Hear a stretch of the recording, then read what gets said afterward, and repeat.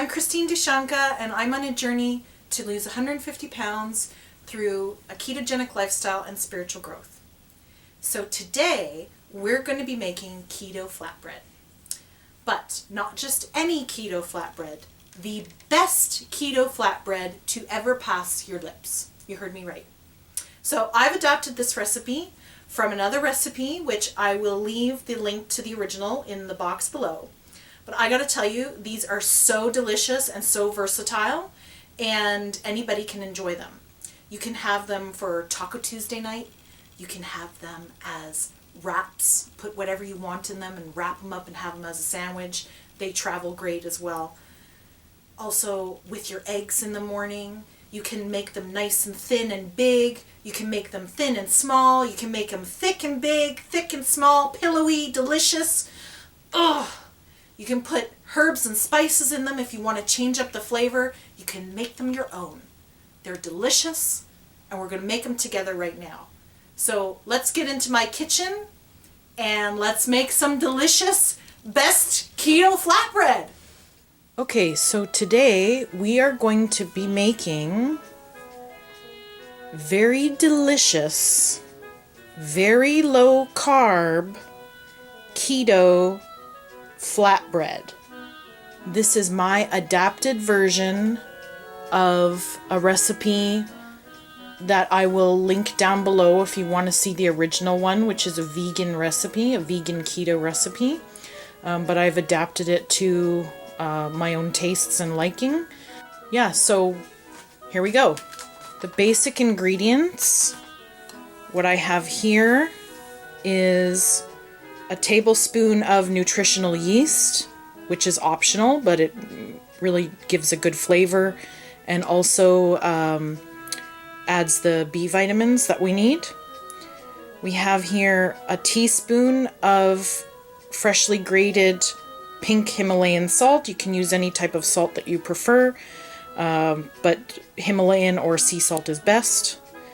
We have 1 teaspoon of xanthan powder, xanthan gum powder, which will help with the flexibility and the chew factor of our flatbreads or tortilla wraps, whatever you want to call them. And we also have 1/2 teaspoon of baking powder. Not baking soda, baking powder. Baking powder. We are also going to be using a tablespoon of olive oil, whichever olive oil you prefer to use. Extra virgin is best. You could also use coconut oil if you like, or bacon grease or lard, whatever you prefer. We're also going to be using psyllium seed husk powder. Now, it needs to be a powder in order for this to work properly. It's a very finely ground powder, and we're also going to be using coconut flour. This is a coconut flour that I picked up at Costco. It's pretty inexpensive. You could also use almond flour, but for today's recipe, we're going to be using coconut flour because I prefer the taste and the texture of this in these flatbreads or wraps. Also, you can use parchment paper to roll out your flatbreads. I actually use a Ziploc large freezer bag that I've just cut the zip off. And I've also cut down the sides so that it's an open piece of plastic. I reuse this. I wash it and reuse it several times because I make these flatbreads quite frequently. And so I just wash this in the kitchen sink and I reuse it until it looks bad. I usually get 3 or 4 uses of making the recipe out of each bag. You can use parchment though. If you have a tortilla press, that's probably better to use, but I don't have one of those. Also, when you're using plastic as opposed to parchment paper, you can actually see what you're doing. You can see through it easier, so that's why I prefer to use this. And you'll see when I'm rolling them out what I mean by that. A bit of oil to put in your pan. We don't need a lot for each flatbread, but I have some coconut oil here that I'm going to be using. You can also use olive oil if you like, or avocado oil, or bacon grease, lard, whatever you prefer to use. And last but not least, a cooling rack of some kind. This is just a pizza type of cooking thing. I don't know what it's called, like a pizza pan. I use it as a cooling rack. So we're going to get started with our dry ingredients. We're going to need a half cup of coconut flour,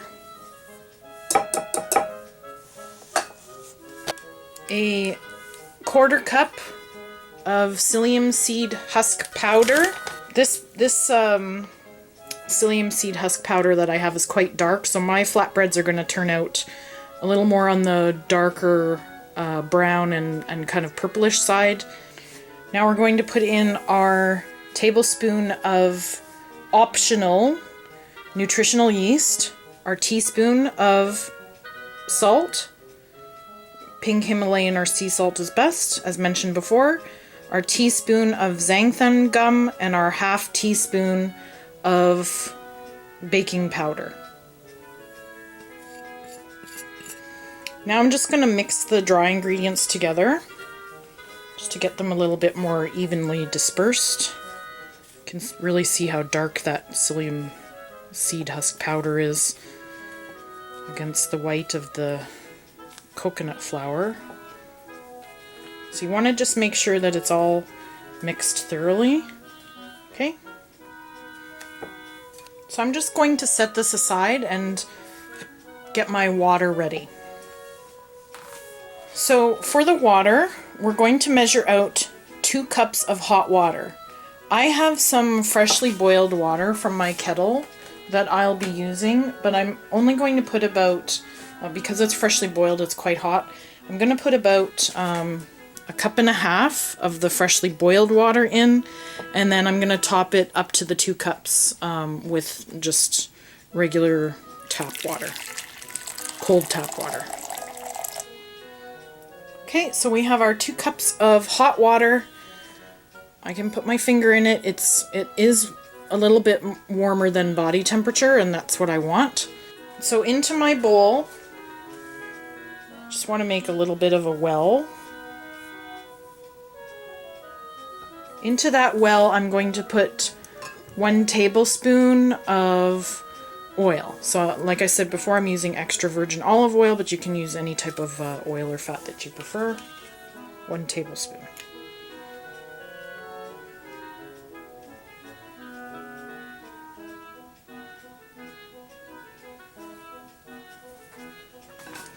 Now, as we start to mix, we're going to start pouring our water in. Like I said, you may not use all of the 2 cups. It depends on your type of coconut flour and your psyllium seed husk powder. You know, where you're living, if it's more humid or dry where you're living, you might use it all. You might only use half of it. But I'm going to show you as we go what the texture is like and what you're looking for. So we're going to start mixing with the spatula, and then I might go in with my hands. We'll see how things go. So we're just going to put it in and start mixing. Just kind of slowly at first.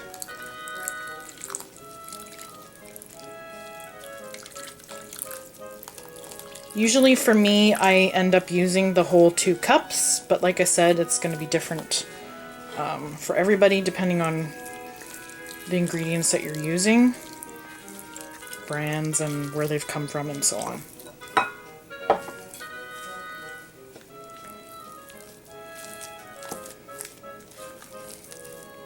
So you don't want any dry bits. You can see there's some dry bits right here. You want to make sure that there's no dry bits left behind. So you're just going to kind of mix and squish. There's some dry bit right there.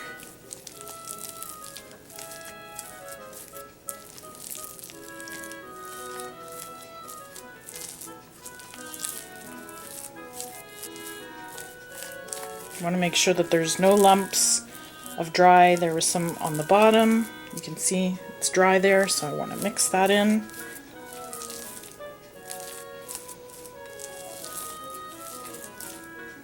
It's great to use a silicone spatula because it just comes right off easily. So I'm turning and squishing, turning and squishing, just making sure that everything is coming together. So hopefully you can see the texture that we have here. It's quite smooth. When I mix it, it smooths out. If I cut it, I can put it back together without any types of cracking or anything like that. It's quite easy to handle. I can break off a piece, I can put it over here, I can break off a piece, I can add it, and it all pretty much comes back together. So that's the type of texture you're looking for. It's nice and smooth as it can go when it's, you know, not wheat flour. It's coconut and psyllium husk powder as your flours. It's quite sticky, so we're just gonna stir it for another minute or so, making sure that there's no dry spots, and then we're going to let it sit for about 5 minutes, maybe 10, depending on how much water you had to use. And that'll just allow the ingredients to absorb the liquids and let it kind of come together and make a nice dough that we can work with quite easily. Just like that. Nice and smooth. You can see that it's quite malleable, and it's going to be easy to work with. So we're going to leave that for about 5 minutes to rest. I have a little bit of water left. I only ended up using about, let's see, I have 2/3 of a cup left here. So, can you see that? I have about 2/3 of a cup left. So I didn't use all my water today, which is rare. It must be a little bit humid in here, so we'll see how it goes. I'll leave that on the side just in case I need more. 5 minutes later. Okay, so we're back. So you can see that our dough has sat for a little while. It's less sticky. It's still sticky, but it's less sticky. We're going to be able to handle it quite easily. I do not need any of the extra water, so I'm just going to put that away. So what I have here is a third cup measuring cup. I'm just going to use this to kind of pre-portion out my flatbread dough. Kind of have to start a little bit of an assembly line as you go, so this just kind of helps move things along. So I'm just going to scoop. You can see how easy it is to work with the dough. It's quite nice actually. So it's just about 1/3 of a cup, and I'm just gonna plop it out.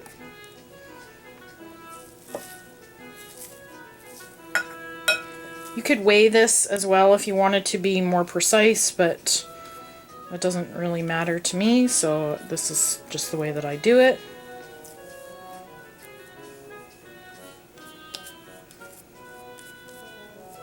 Okay, it's number 2. Bloop. 4. 3. Bloop. 5. 4. 6. 5. I have a little bit left over, not enough to make another one, so I'll just kind of split it between them.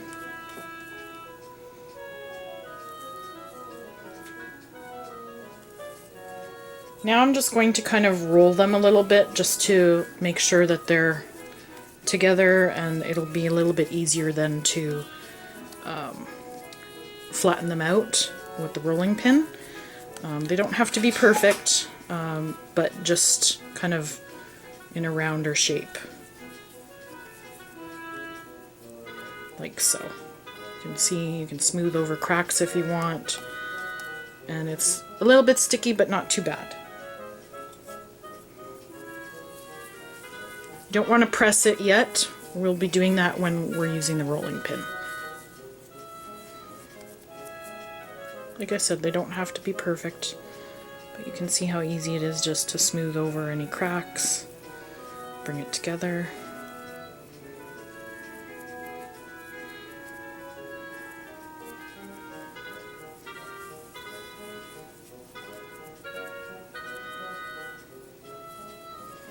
Okay, there we go. I'm just going to rinse my hands off in some warm soapy water, and then we'll get to rolling these out. So I'm just going to put these off camera to the side. So here at the stove, what I'm going to do is I'm just going to set my pan on medium low. I don't know if you can see that. It's a medium low. I'm using the non-stick pan. I have my spatula nearby. I have my coconut oil nearby and a butter knife just to help me with that. And my cooling rack, I just have it here on top of a pot. So the pan is on. Now we're going to get to rolling. So I'm just going to open up this is my Ziploc bag that I've used several times. It's almost at the end of its life now, but it's good for today. So I'm just going to open it up away from the stove. I have melted one previously. Uh-oh! So we're going to take one ball of dough and place it in the middle, just like that. Give it a little flap.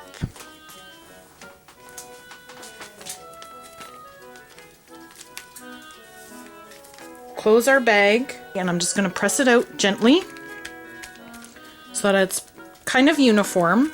I'll do some thin like I normally do, and I'll leave maybe one or two of them a little thicker so you can see the difference. But we're just going to take our rolling pin and start rolling them out. This is not my forte. If they end up a funky shape, I'm okay with that. But because the dough is so easy to work with, it's quite easy to rectify if they turn out funny shaped. I'll probably end up with one like that, so I'll show you what I mean. You just want to kind of move it around, try to get them as even as possible in terms of thickness or thinness. If you see that your parchment paper or your plastic is, your Ziploc baggie is getting bunched up or crooked, you can just open it up, smooth it back down, and you can also use your hand to kind of feel where there's thicker or thinner spots. Like this is really thin and then this is really thick. So I need to even that out.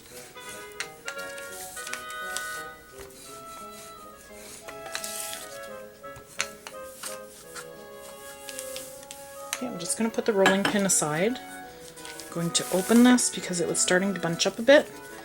Close it back up, and I'm just going to smooth my hand over it with slight pressure just to see where there is any thick parts.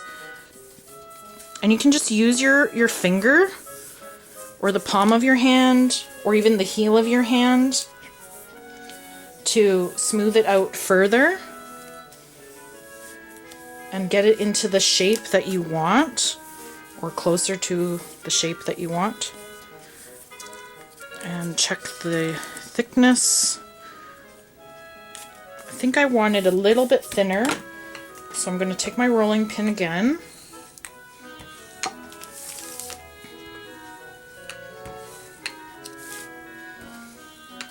Now remember I mentioned that you can make these as thick or thin as you like. It's really a personal preference more than anything. And the amount of time that you cook them in the pan will depend also on how thick or thin you make your flatbreads. Okay, so I'm going to just take a little bit of coconut oil. So my pan is heating. You really don't need much. Like, what is that? Like a 1/4 teaspoon? That's what I'm going to put in the pan. So I just have the oil in the pan. I'm just moving it around to try and get it as evenly coated as possible. You can see a little bit goes a long way with coconut oil. That's why I like to use it for these. And my non-stick pan isn't the greatest, but it does the trick. It don't have to be fancy, people. It don't have to be fancy. So I'm going to open up my plastic away from the stove. Oop, we had a little bit of sticking, but that's okay. And I'm going to peel it out onto my hand carefully. See how easy it comes off.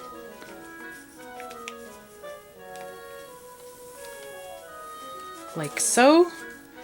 And I'm going to walk it over to the pan.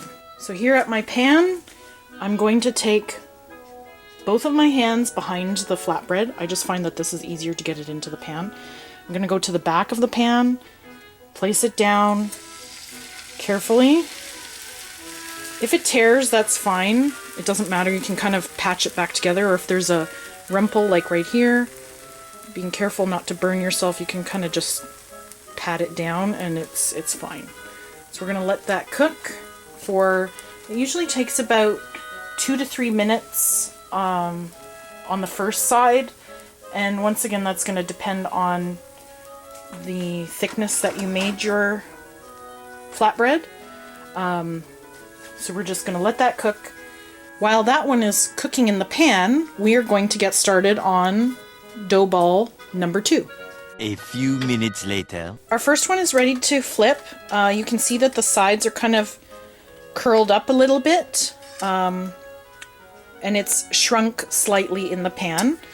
So I'm just going to very carefully put my spatula under it and flip it over. Quite easy, easy peasy. We'll let that side cook for another 2 or 3 minutes. So like I said, if you want your flatbreads to be more round, you could use a pot lid or whatever you want to put on top and then cut around it and make it nice and round. I'm just going to show you what I mean with the butter knife. Just cut that off. It comes off very easily. You can just place it anywhere on top. This dough is so forgiving and so tasty.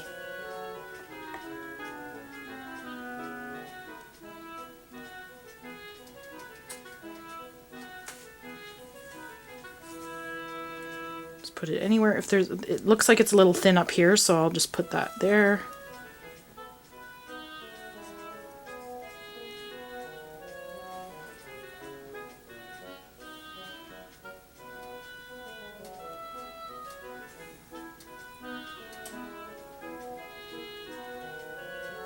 So my circle is not perfect. That's okay. Don't need to be perfect to taste delicious. So we're just gonna close that up, flatten it out a bit, get the rolling pin. This time I'm just gonna smooth it across. You can see how easily it just melts back into itself. It's really lovely dough. Now you can see that there's some bubbling that's taken place on top of our first flatbread. That's from the baking powder. So I'm just going to flip it and make sure that we're fully cooked. Remember that there's no raw egg or anything in this dough because it is based off of a vegan keto flatbread recipe. So basically you could, if you really wanted to, you could eat it raw. I don't know why you would, but they don't really have to cook that long. You can overcook them though. They can burn, so you want to be careful of that. Once again, because my psyllium husk powder is a darker variety, you can see that my flatbreads are quite dark. They almost look purple. In better light, you could see that they're more like a purplish brown. So this one is fully cooked. You can see that it's nicely browned on both sides and it's quite flexible. So we're just going to put it up on our cooling rack right here. A little bit more coconut oil going in the pan.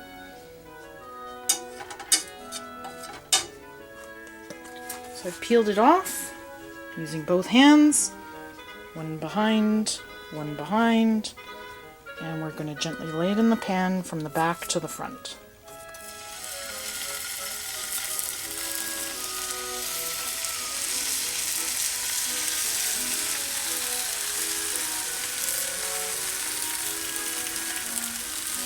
There you go. You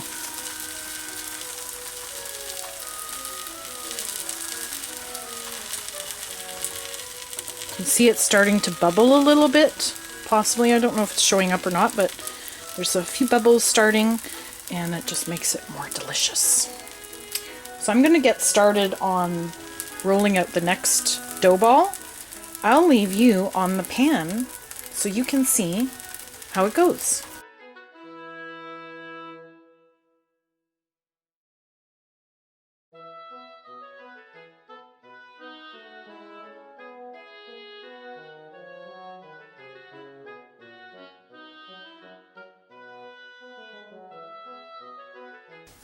So we can see that it's shrunk quite a bit. It's quite bubbly on top. Let's just flip and see how that side is going. Nice and golden and delicious. It's just bubbling up a little bit, which means that the center is not quite cooked, so I'm just going to leave it for another minute. Bubbling has calmed down, so I'm just going to flip it over and take a look. Looks pretty good. It's darker here because that's where most of the coconut oil was in the pan, so it doesn't seem to be bubbling up anymore. It's loose in the pan. You can see that it's quite loose. That means that it is done. So we're going to put that on our cooling rack. Got too busy talking, I forgot that I was going to leave it thicker. Slap, pat, tap.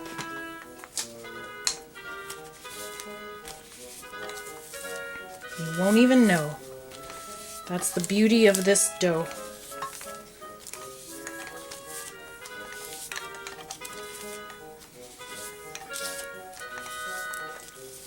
Gotta pay attention, I don't want to have to do that again.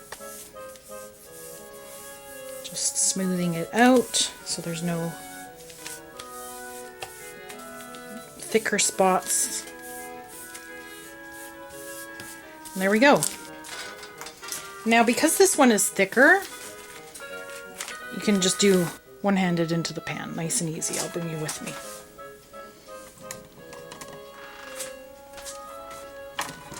Here we go. Just like that.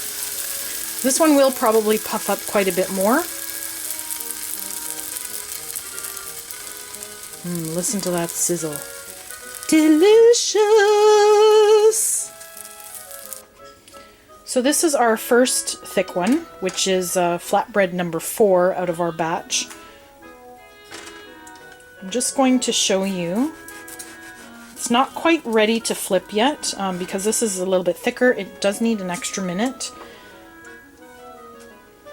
So we're just going to let it go a little bit longer. Okay, and you can tell by how easily your spatula goes underneath. It's pretty good right now, so we'll flip it. Look at that. Doesn't that look gorgeous? That is, oh, that right there looks so good. Oh, it's puffing up ever so slightly. You can see nice and pillowy and golden, chewy, keto, flatbread, tortilla, bannock, whatever you want to call it. Deliciousness. Look at that start to puff up right there. Oh, oh yeah. Oh. Puff up, puff up.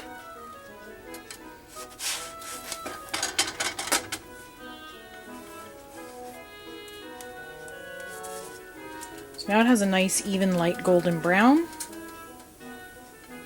Just gonna let the other side get a little bit of the steam out.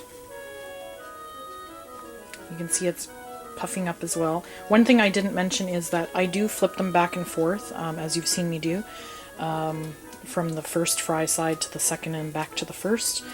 Just because as they cook, because of the water content, the steam will rise inside of them, and I don't want them to be soggy on one side.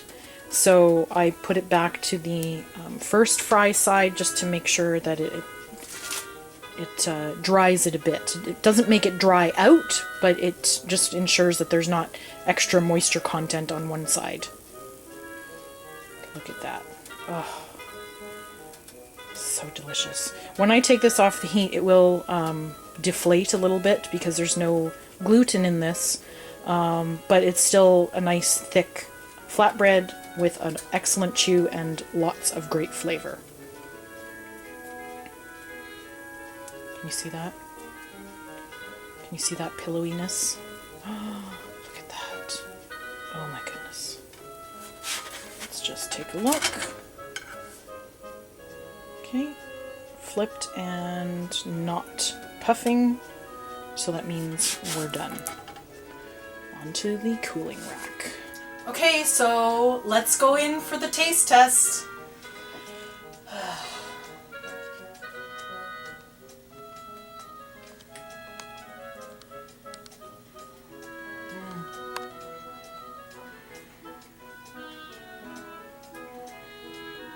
So good.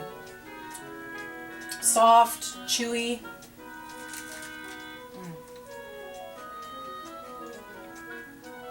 Slight nutty flavor from the coconut flour.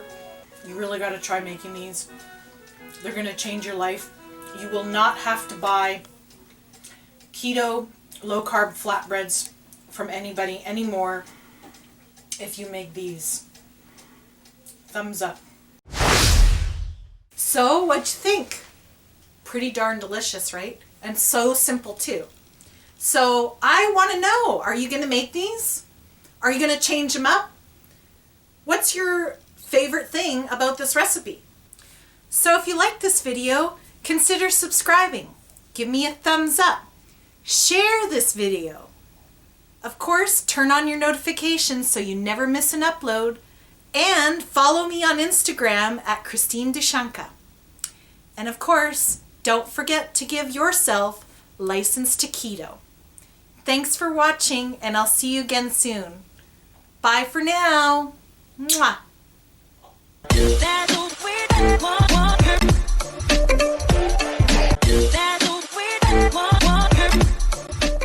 I've adapted this recipe from another, which I'll leave the link for the goddamn clock. That'd be a good blooper. Goddamn clock.